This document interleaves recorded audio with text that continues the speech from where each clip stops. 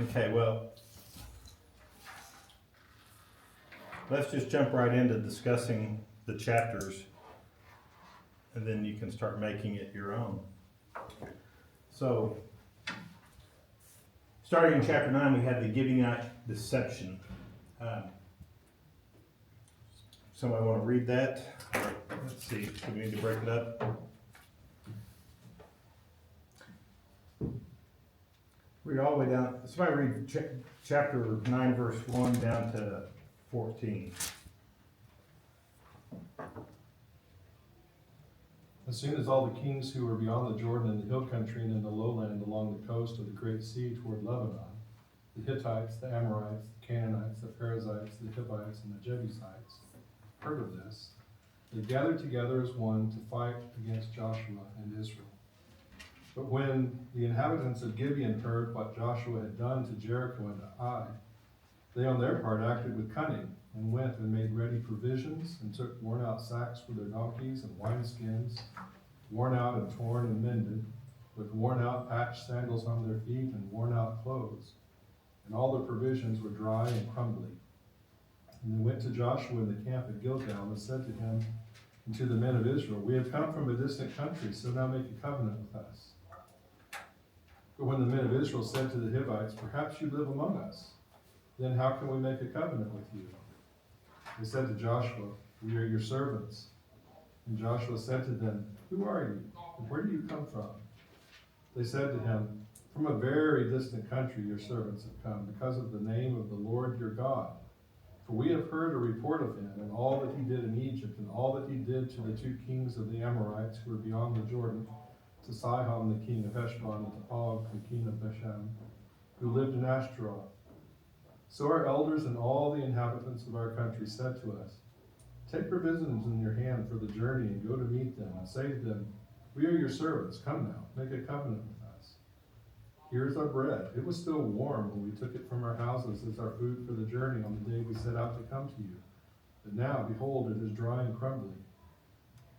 These wineskins were new when we filled them, and behold, they have burst. And these garments and sandals of ours are worn out from the very long journey.'" I wanted you to include 14. 14. So the men who took some of their provisions, but did not ask counsel from the Lord. And I wanted you to stop there just because that's like the key verse, or one of them.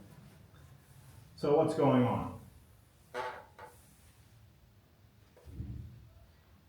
They've been hoodwinked very easily. As I was going through this again today, just a couple hours ago or an hour ago, I started thinking I actually kind of admire the Gibeonites. Because everybody else is like melting with fear, and they're afraid, or holding up, or they're trying to maybe consider going to war with Israel. They're willing to say, "We'll be your servants, whatever it takes." You know, and yes, it is by deception. But if you had a choice of being utterly annihilated or getting to live in Babylon during captivity, what would you choose? Stay alive. Yeah. I want to play on that team. I mean, that's it. When I listened to these chapters today, and that's kind of the thing that stood out to me. One, thinking about what their intent was, and they'd heard, and it was smart and all that. But also, it's like, what was wrong with this scenario? Well, they didn't inquire of the Lord. I know that's where you're. That's the Israelites' Yeah. issue. Yes. But again, I'm impressed with Gibeon. One of the things that's interesting about them is, even though everything else that comes out of their mouth is a lie, what they said about God was true. And in one sense, the expression that they made, whether they really believed it or not, the expression that they made suggests a more faithful view of God than some of the Israelites have at this point. Well, they're convinced. They have faith. That's why they're willing If we line to- up against these guys, they got us. Well, that's because who did Joshua and the Israelites just conquer? AI. Okay? And how big was Ai? Was it 15,000? Not very. Relatively. 12,000 died. Maybe some from Bethel, but but just real quick, jump over to chapter 10, verse 2. He and his people, this is going back to Adoni Zedek, not Adonai, excuse me. He and his people were very much alarmed at this because Gibeon was an important city, like one of the royal cities. It was larger than Ai, and all its men were good fighters. So it's not like, oh, hey, I got defeated. Well, we can't stand against this army. They're bigger and better. And yet, what are they doing? So let's go ahead and, somebody pick up in verse 15, and let's read the rest of the chapter, and we can talk a little bit more about it, because we're trying not to jump ahead, I can tell. 15 through the end? Yeah. Yeah. Then Joshua made a treaty of peace with them and let them live, and the leaders of the assembly ratified it by oath. 3 days after they made the treaty with the Gibeonites, the Israelites heard that they were neighbors, living near them. So the Israelites set out, and on the third day came to their cities, Gibeon, Kephirah, Beeroth, and Kiriath Jearim. But the Israelites did not attack them, because the leaders of the assembly had sworn an oath to them by the Lord, God of Israel. The whole assembly grumbled against the leaders, but all the leaders answered, "We've given them our oath by the Lord, the God of Israel, and we cannot touch them now. This is what we'll do to them. We'll let them live, so that God's wrath will not fall on us for breaking the oath we swore to them." They continued, "Let them live, but let them be woodcutters and water carriers in the service of the whole assembly." So the leader's promise to them was kept. Then Joshua summoned the Gibeonites and said, "Why did you deceive us by saying we live a long way from you, while actually you live near us? You're now under a curse. You'll never be released from service as woodcutters and water carriers for the house of my God." They answered Joshua, "Your servants were clearly told how the Lord your God had commanded his servant Moses to give you the whole land and to wipe out all its inhabitants from before you. So we feared for our lives because of you, and that's why we did this. We're now in your hands. Do to us whatever seems good and right to you." So Joshua saved them from the Israelites, and they did not kill them. That day he made the Gibeonites woodcutters and water carriers for the assembly to provide for the needs of the altar of the Lord at the place the Lord would choose. And that is what they are to this day. Okay, so how does the rest of the story play out?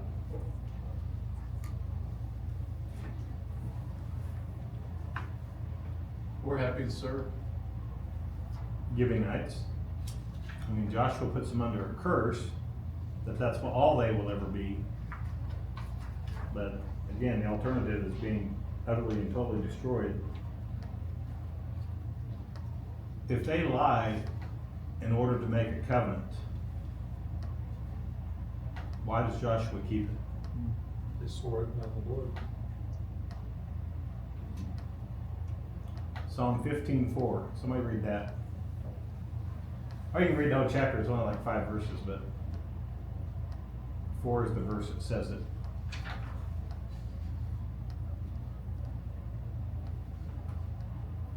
Verse 4. In whose eyes a vile person is despised, but who honors those who fear the Lord, who swears to his own hurt and does not change.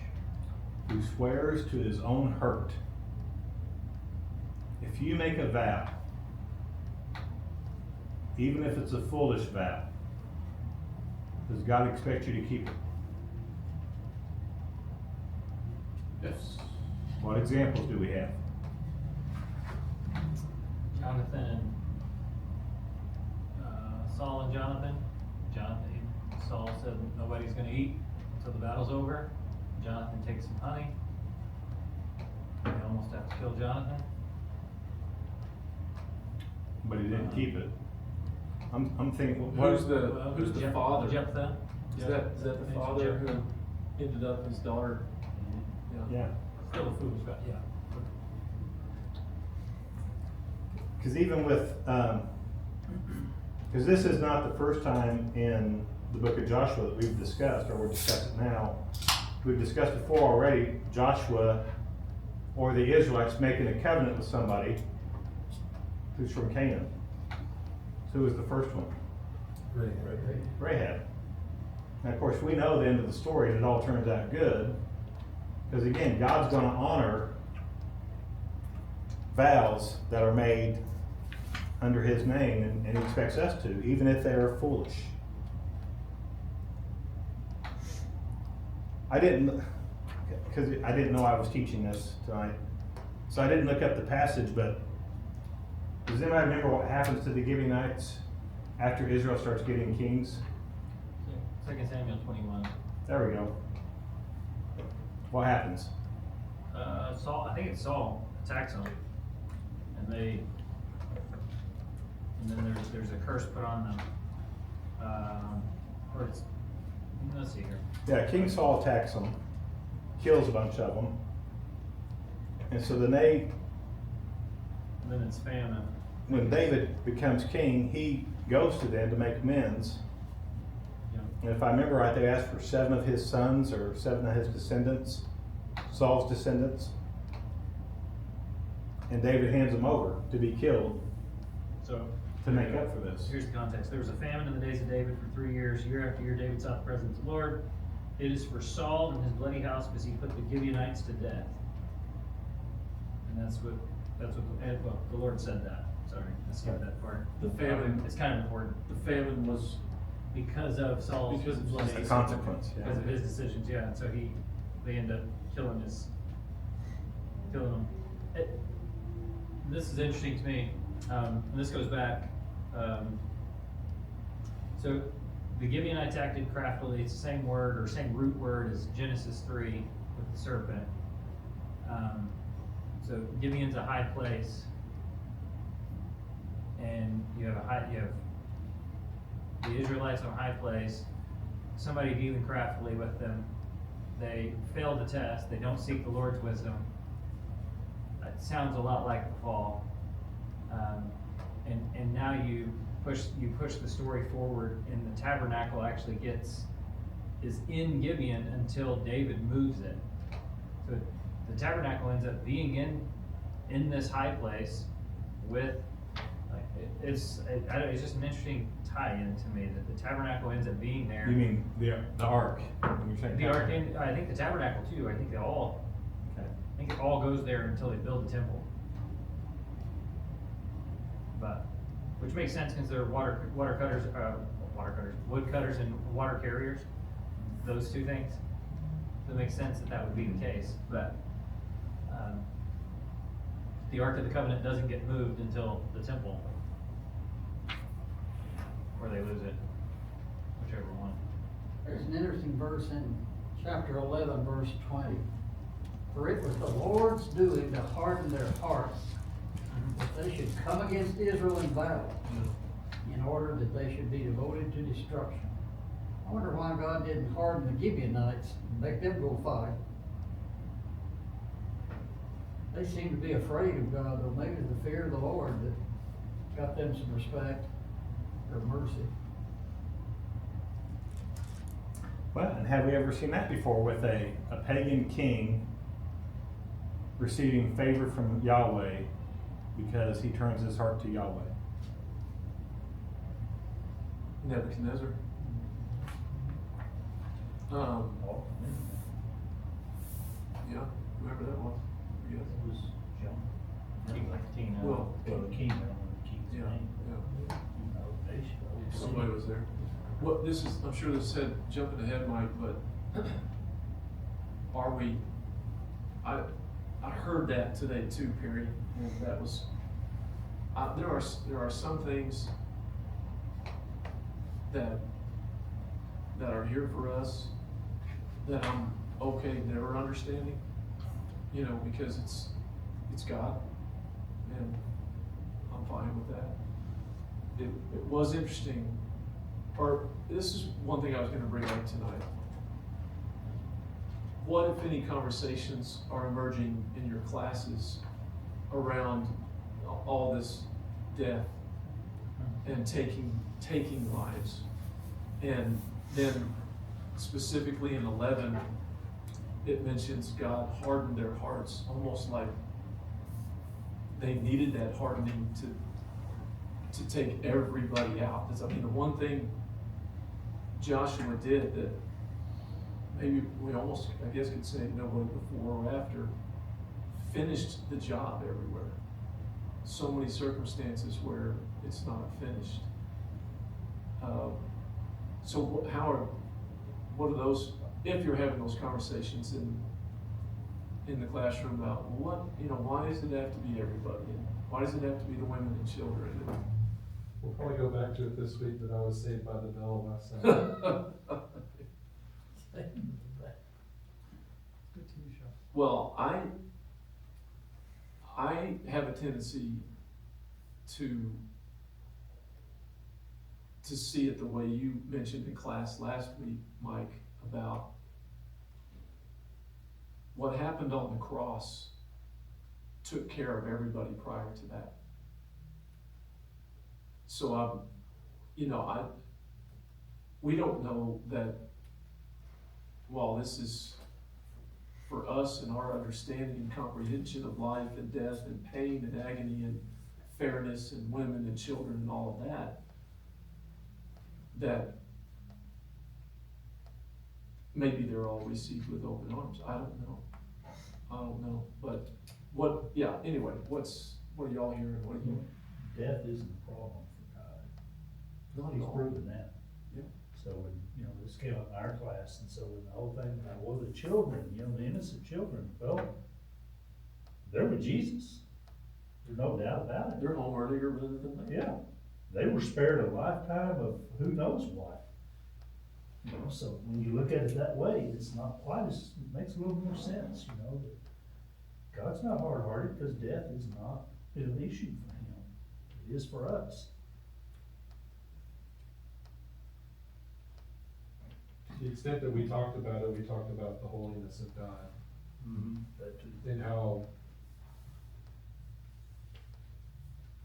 radical that concept is, even to us sometimes, who are open to an understanding of God in that sense, that we've read the Bible, we know the stories, we can look back and see the parts where he said, the sin of those folks wasn't yet complete, but now Israel is gonna be his hand against them.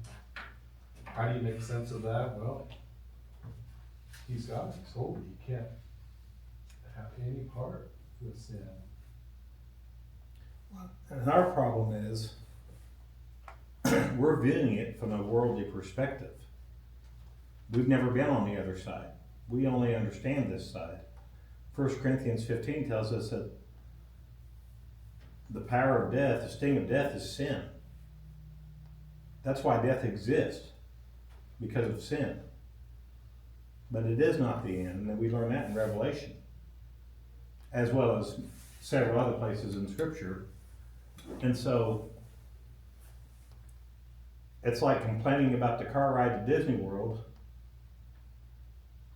having no clue what to expect as soon as you get there, and realize that the car ride is going to be so insignificant and just not even a vague memory after you get in and start experiencing everything that is available there. That's a silly illustration, because it won't compare to anything like God has done and has prepared for us. But that's why we have the problem with death, because we don't see with spiritual eyes that it is a transition, it's not an end. We think it's an end because we're weak and we're human. I think we have to decide whether God has the right to judge humans for sin anytime he feels like it. Anytime he knows it's right, I guess. And he waited, he told Abraham, this is your land, but you can't have it yet because they're not wicked enough. Now they're wicked enough. Yeah. And it took 400 years. I mean, did they have time to repent? Absolutely. What's the story of Jonah? And no, it's not about a fish. It's about an evil nation giving an opportunity to repent. And they do. Now down the road, they forget that, but God is always extending opportunities, even to a city like Gibeon, which was probably consisted of at least 4 cities.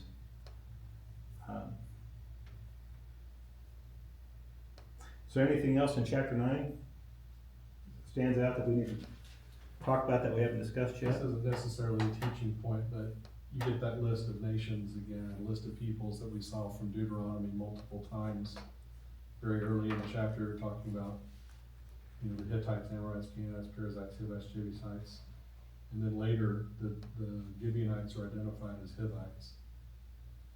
And so, they're making it very clear, these are the people God said destroy.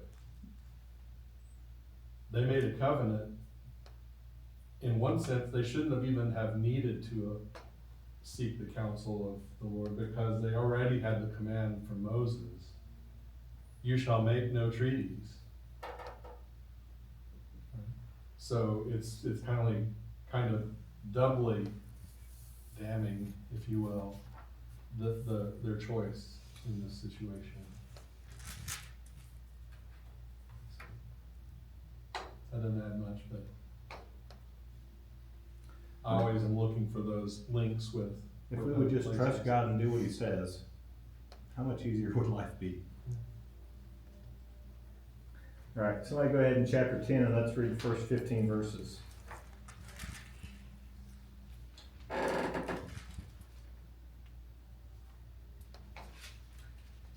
Now Adonizedek, king of Jerusalem, heard that Joshua had taken Ai and totally destroyed it, doing to Ai and its king as he had done to Jericho and its king, and that the people of Gibeon had made a treaty of peace with Israel and were living near them. He and his people were very much alarmed at this, because Gibeon was an important city, like one of the royal cities. It was larger than Ai, and all its men were good fighters. So Adonizedek, king of Jerusalem, appealed to Hoham, king of Hebron, Piram, king of Debir, king of Debir, I skipped a line, didn't I? King of Jarmuth, Japhia, king of Lachish, and Debir, king of Eglon. Come up and help me attack Gibeon, he said, because it has made peace with Joshua and the Israelites. And then 5 kings of the Amorites, kings of Jerusalem, Hebron, Jarmuth, Lachish, and Eglon, joined forces. They moved up with all their troops and took their positions against Gibeon and attacked it. The Gibeonites then sent word to Joshua in the camp at Gilgal, do not abandon your servants. Come up to us quickly and save us. Help us, because all the Amorite kings from the hill country have joined forces against us. So Joshua marched up from Gilgal with his entire army, including all the best fighting men. The Lord said to Joshua, do not be afraid of them. I have given them into your hand. Not one of them will be able to withstand you. After an all-night march from Gilgal, Joshua took them by surprise. The Lord threw them into confusion before Israel, who defeated them in a great victory at Gibeon. Israel pursued them along the road going up to Beth Horon and cut them down all the way to Azekah and Makkedah. As they fled before Israel on the road down from Beth Horon to Azekah, the Lord hurled large hailstones down on them from the sky, and more of them died from the hailstones than were killed by the swords of the Israelites. On the day the Lord gave the Amorites over to Israel, Joshua said to the Lord, in the presence of all of Israel, O sun, stand still over Gibeon. O moon, over the valley of Ajalon. So the sun stood still and the moon stopped, till the nation avenged itself on its enemies, as it is written in the book of Jasher. The sun stopped in the middle of the sky and delayed going down about a full day. There has never been a day like it before or since, a day when the Lord listened to a man. Surely the Lord was fighting for Israel. Then Joshua returned with all Israel to the camp at Gilgal. What do you see? See God making good on his promise that he made in Deuteronomy, that he would fight for them. Multiple places that it's mentioned, I'm thinking try to remember for sure. I think there's something in chapters 11. I'm probably not getting it right. There are multiple places though where he talks about how he's going to fight. It's not because of you, I'm going to do this. And so even before the battle, he comes to Joshua and says, don't fear, I've given them into your hands. And it concludes with that statement, for the Lord fought for Israel. So almost in spite of, I mean, they're going to defend the people that they weren't supposed to have a relationship with. Would have been easy to just stay home and Well, let them be defeated. We didn't say anything about protecting you from other people. They did have a covenant.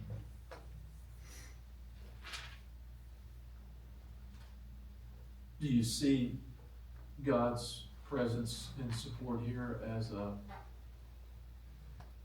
is there a comment on what that treaty,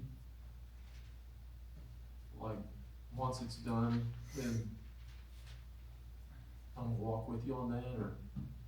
Yeah, I think I don't that's, know if there's- the idea behind it is, yeah, you make that treaty, that vow, you maintain it even, cause how many years is it from Joshua to King Saul? I don't know. I don't know if I've ever. But you have the judges, which we haven't even got to yet. And there's a lot of 40s in there and some different numbers, so I'm guessing probably at least 200 to 400 years. And yet Saul does something to the Gibeonites that causes a famine on the entire land of Israel that David has to deal with because of a treaty that was made not by him, not by his father, not by his grandfathers, but by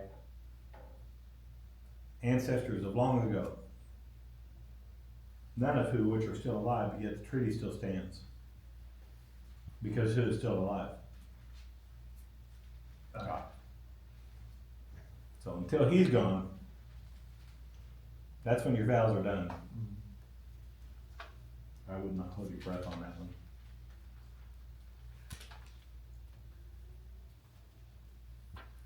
Here's an interesting comment. So I decided to look this up just when I knew I was going to be teaching. And in this book, this is Old Testament history by Wilbur Smith. No, it's not. It's William Smith and Wilbur Fields.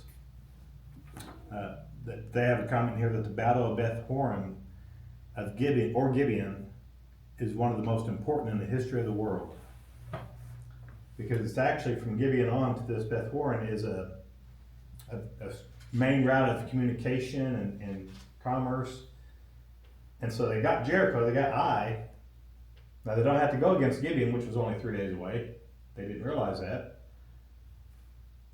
But now, this next battle, they take it over. This sets the stage. Matter of fact, I can't remember which verse it is, but when we get to then the either chapter 11 or chapter 12, basically the book of Joshua is done. They've conquered the land, but then there's still going to be about 5 years left of battles of these small little cities and kings to fight.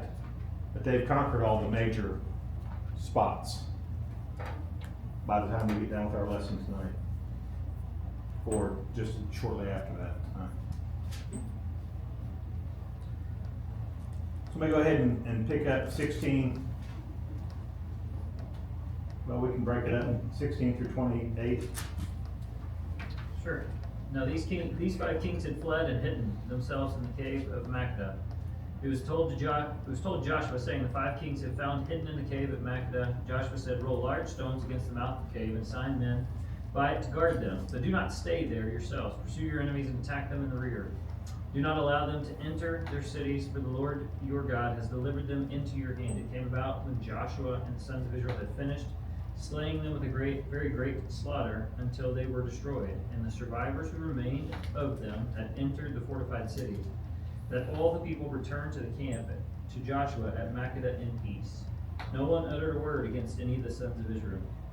And Joshua said, open the mouth of the cave and bring these 5 kings out to me from the cave. They did so, and brought the 5 kings out to him from the cave.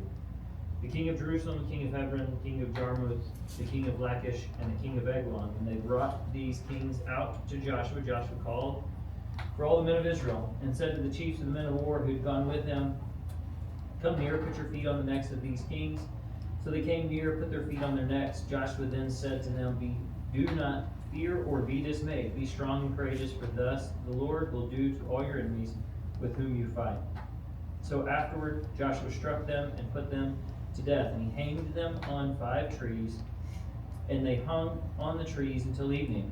It came about at sunset that Joshua gave the command. They took them down from the trees and threw them into a cave where they had hidden themselves, and put a large stones over the mouth of the cave to this very day. Now Joshua captured Makkedah on that day, struck it and its king with the edge of the sword. He utterly destroyed it and every person who was in it. He left no survivor. Thus he did to the king of Makkedah just as he had done to the king of Jericho. Okay, now what do we see?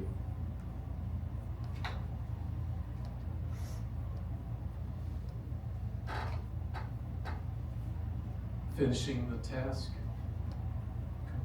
Yeah, Completing. because these are the 5 kings from the beginning, chapter 10. They try to go hide. And so they trap them in the cave by putting a stone in front of it. And then they just keep fighting, killing everybody else, and then they go back to them. What does the phrase in verse 21 mean to you? No one uttered a word against the Israelites.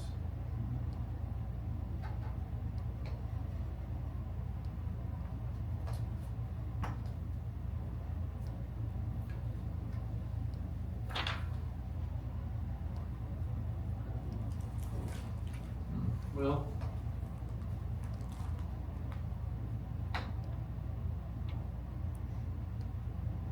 first thing you kind of have to figure out is who was the group that made up the no ones.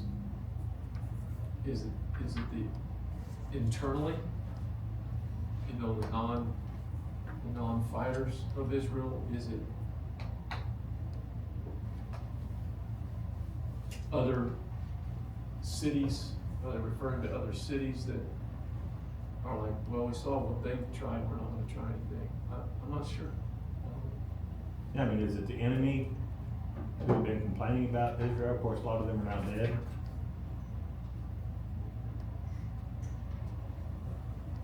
I had a note that took me back, and I don't know if this is gonna be connected or not, but it took me back to Exodus chapter 11. And the focus was Exodus 11 verse 7, but I'm gonna tie in verse 6 so that we can get the context there. Because this is on the plague of the firstborn being put to death.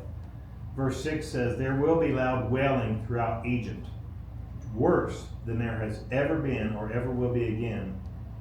But among the Israelites, not a dog will bark at any man or animal.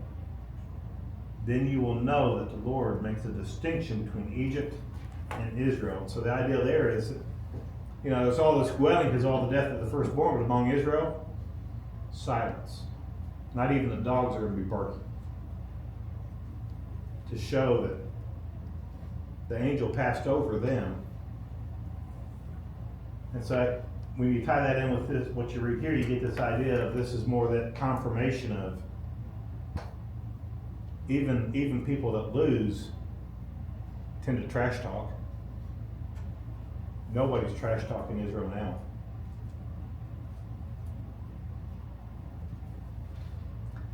We hear the story again, or we see it again. Do not be afraid, do not be discouraged, be courageous. Then another thing we talked about last week was that phrase, to this day. There's a large pile of rocks at the mouth of a cave where some guys who have died and were hung on a tree.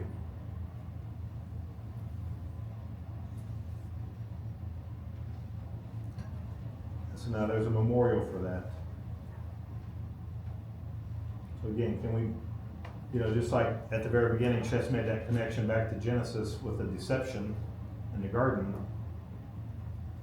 Here we're getting another glimpse of Christ in the crucifixion.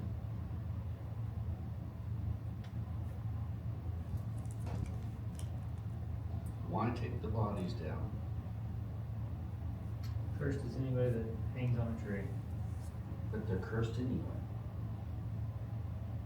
Aren't they?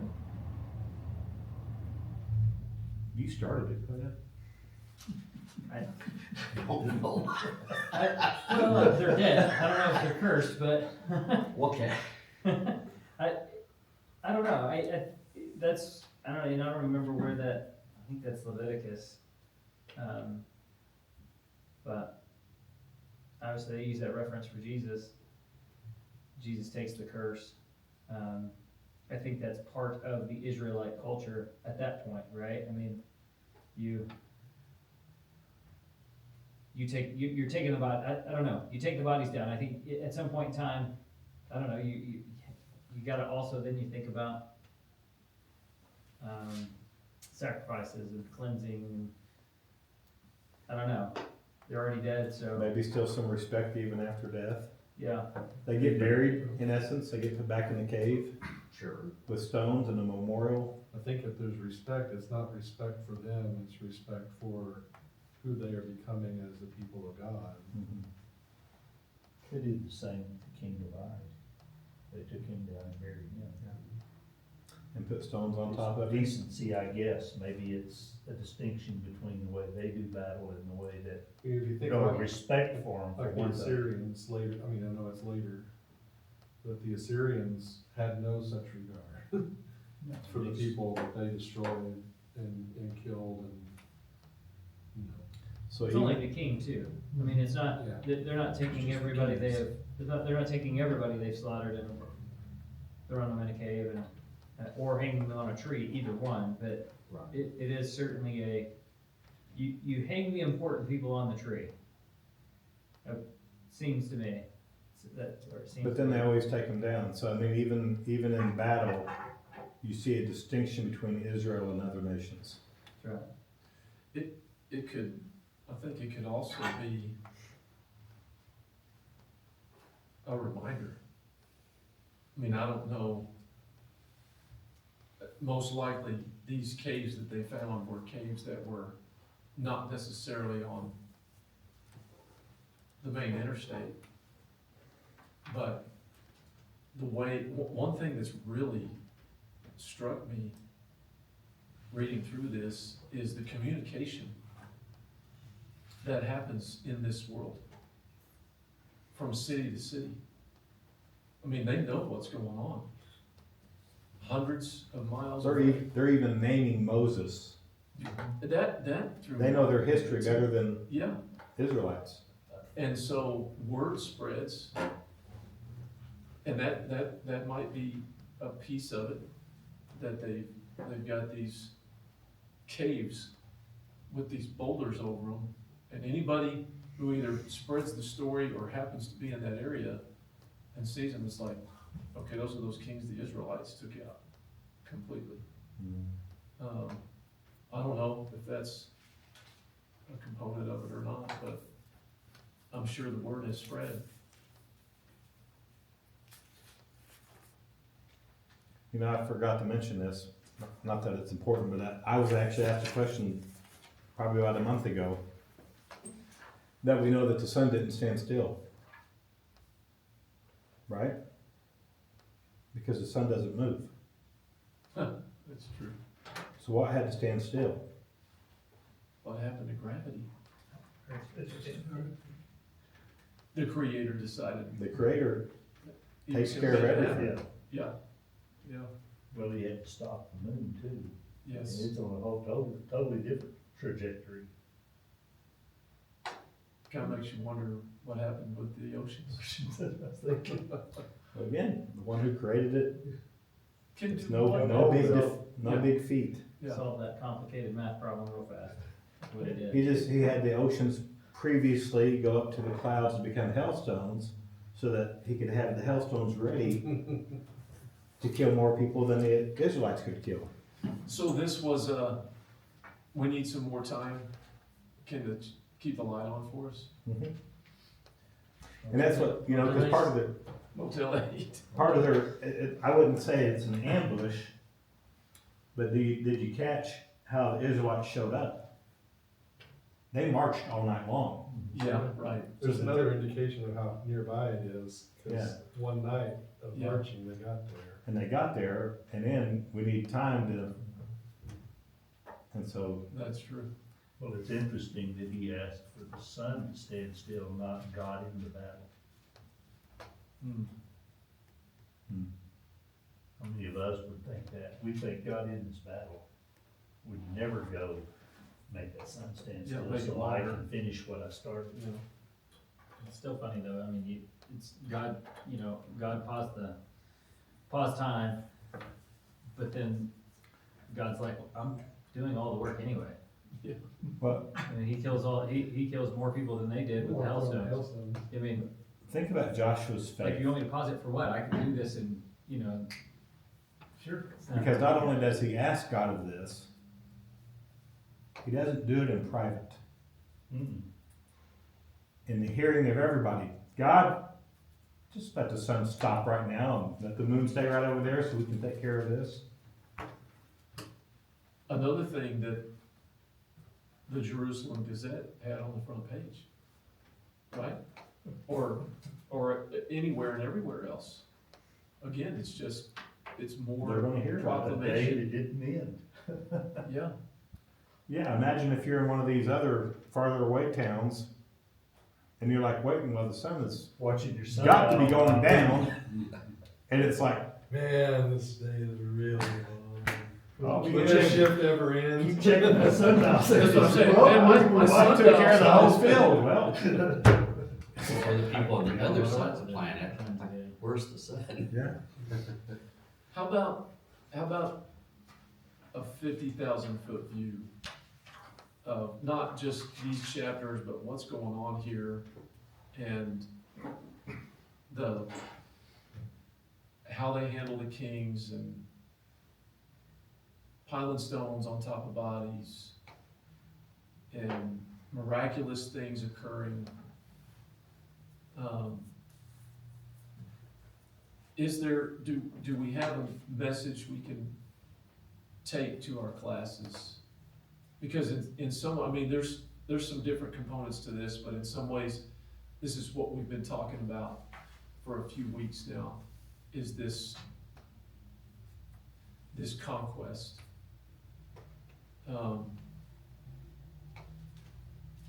What do you guys hear and see from the big picture? I'll say what immediately comes to my mind is what I've been thinking about for the last couple of years is our lack of trust in God.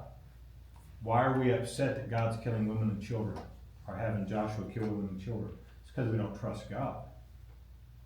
But if we can learn to trust God, do we trust God enough that we would pray out loud in front of this group of men here or in front of our Bible class for something like this? Or do we not have that kind of faith?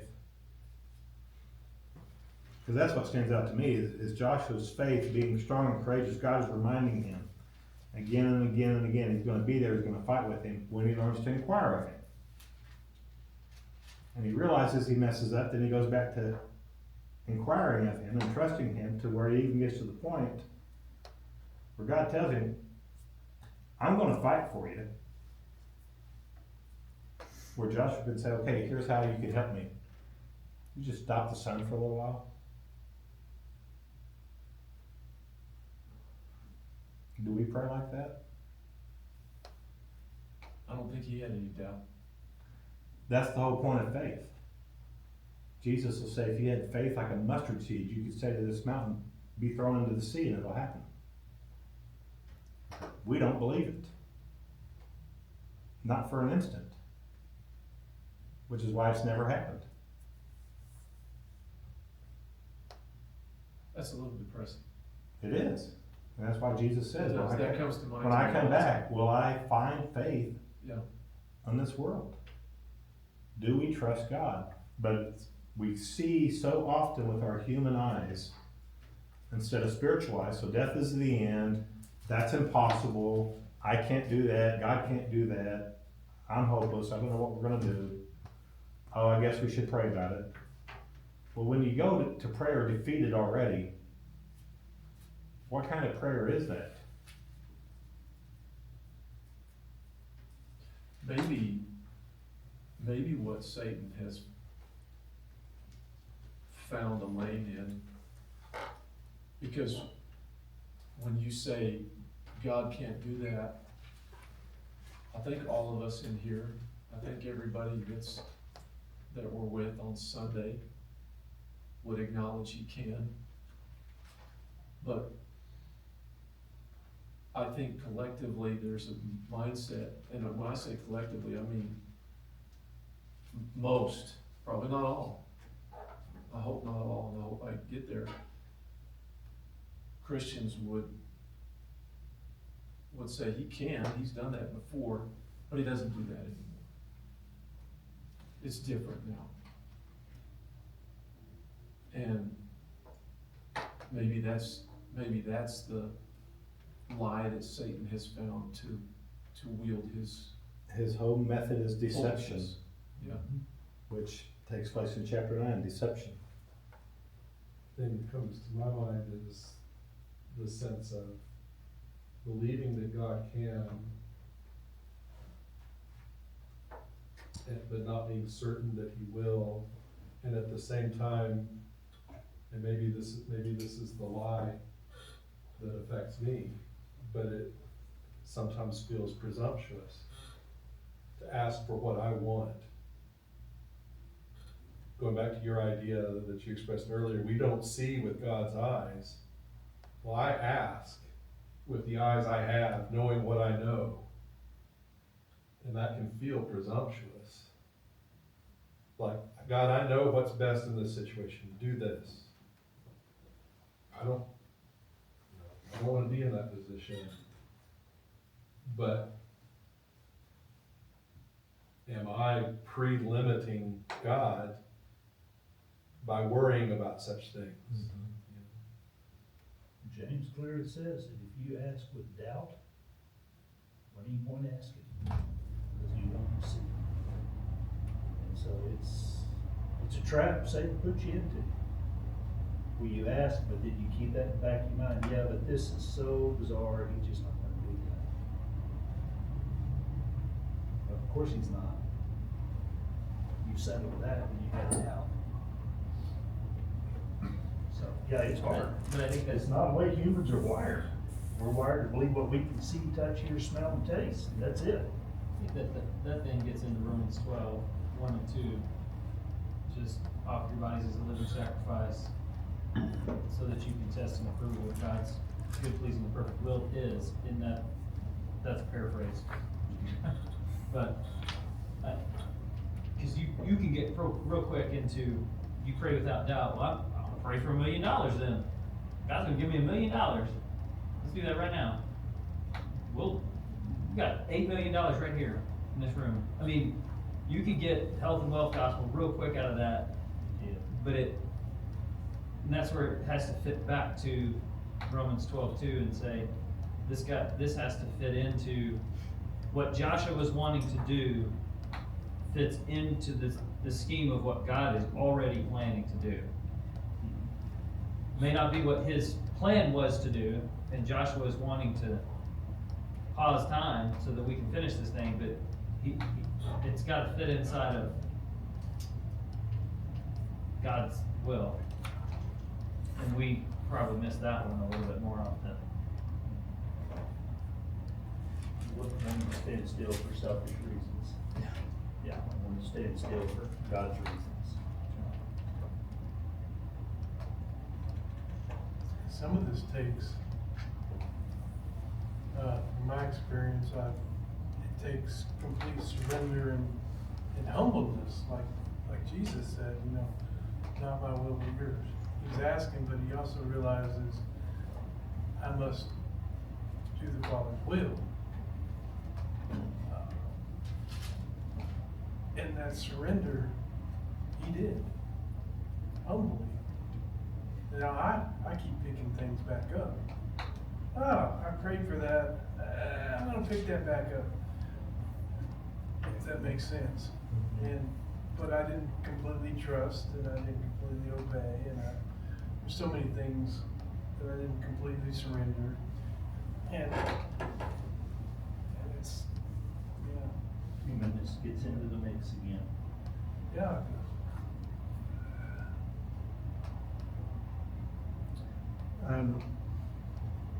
So wrapping things up, we're not gonna take the time to read the rest of chapter 10 and chapter 11, but just to make a few points, especially in chapter 11, because it just goes through the rest of the cities getting conquered, the kings getting conquered. But where Perry picked up verse 20 earlier, for it was the Lord himself who hardened their hearts to wage war against Israel, so that he might destroy them totally, exterminating them without mercy, as the Lord had commanded Moses. Going back to what God told Abraham. The sin has not yet reached its full measure yet, but now it has, and so they are these, and it's a phrase that you'll see it. I think even if we kept reading these chapters, you would see it, they are devoted to destruction. They belong to God for the purpose of being destroyed. You get verse 21, at that time Joshua went up, he went and destroyed the Anakites. So who are the Anakites? The big guys? They're the giants. They're the ones that the 10 spies out of the 12 came back and was like, those guys are like giants and we're like grasshoppers. How did Israel take care of them? Less than one verse. All but Gad. Those guys show up. Gaza, Gath, and Ashdod. No, those guys show up with the Philistines. Yeah. Oh, Yeah. really? And that's verse 22. 1 Samuel 17 is the So those few that survived one of them becomes Goliath. are the ones. Continue to be a thorn in their flesh. How about that? But now notice verse 23. And you definitely want to end your class at least with verse 23, because that sums up what we've been doing the last few weeks with Joshua. Joshua took the entire land. Not half the land, not some of the land, not a part of the land. He took the entire land, just as the Lord had directed Moses. And he gave it as an inheritance to Israel according to their tribal divisions. Then the land had rest from war. Now you go back up to verse, where was it? I mean, there's other verses. Verse 12, Joshua took these royal cities, their kings, put them to the sword. Verse 16, Joshua took this entire land. There's still going to be battles to fight, and that's, there's going to be things that are going to get discussed as you go through the rest of the book. But for all intents and purposes, he took the land. And then when you get to the, what is it, chapter 22, 23, 21 verse 43. Says, so the Lord gave Israel all the land he had sworn to give their forefathers, and they took possession of it and settled there. So you have a couple of verses that tell you that Joshua took the whole land that God promised to give to them. Why is that significant? Because it doesn't mean a lot to us, except that God keeps his promises. Why is that significant that that's in there? God makes good on his promise. God makes good on his promises, and there are still people today that don't think he gave the land to Israel yet. Not all of it. And you said this, it's not all taken over. I mean, Judges even says the sons of Israel lived among the Canaanites, Hivites, Amorites, it's the same humans. And that's in Judges, they're gonna have, God has given you the opportunity to conquer all of these things, because we're going to divide the land, you're gonna go into your territory, and you have the ability to wipe them out. It's up to you now. Seems to be it's like, God has done this, they're frightened, they will fight, if you trust me, you will win. It's a test. It has to be something like that, because you Yeah. get over to chapter 13, verse 1, you're old and advanced in years, and there remains yet very much land to possess. And the common refrain throughout these interim chapters is, except for, who remain with them to this day. The rest of the time, yeah. The original land, if you map it out, was about 300,000 square miles, and they only lived on about 30,000 square miles. So there was a lot of land they never took. Babylon wouldn't have existed if they had it. Going back to the hardening the hearts, I've heard, different scholars, but talking about the fact that it was a progressive thing for Pharaoh. And it's similar to the Romans chapter 1. It's eventually, it's, God is allowing your heart to become hard, right? And then Romans chapter, 1 is he gave them over to, and kind of seems to be, these guys were, they were going to, they had continued to sin, and they were going to continue to sin, and God was giving them over to the hardness of their heart, and he's going to finish the job. One of the explanations for the hardening that I have heard before, I can't remember the source, but the concept is God is like the light, the sun shining on something, and it depends on what that thing is as to how it's going to react. If it's butter, it's gonna melt. It's gonna have that sort of an effect on it. If it's clay, it's gonna harden up and turn solid. And so it's, by that explanation at least, that simply means when someone's exposed to the things that God is doing, it's going to reveal their heart in that sense. But, the effect of it is that it hardens their heart. In the sense of Pharaoh, of course, Pharaoh, half the time it's Pharaoh hardened his heart, and the other half it's God hardened his heart. It's both ways in those stories. But, I found that analogy, if you will, helpful in thinking about it.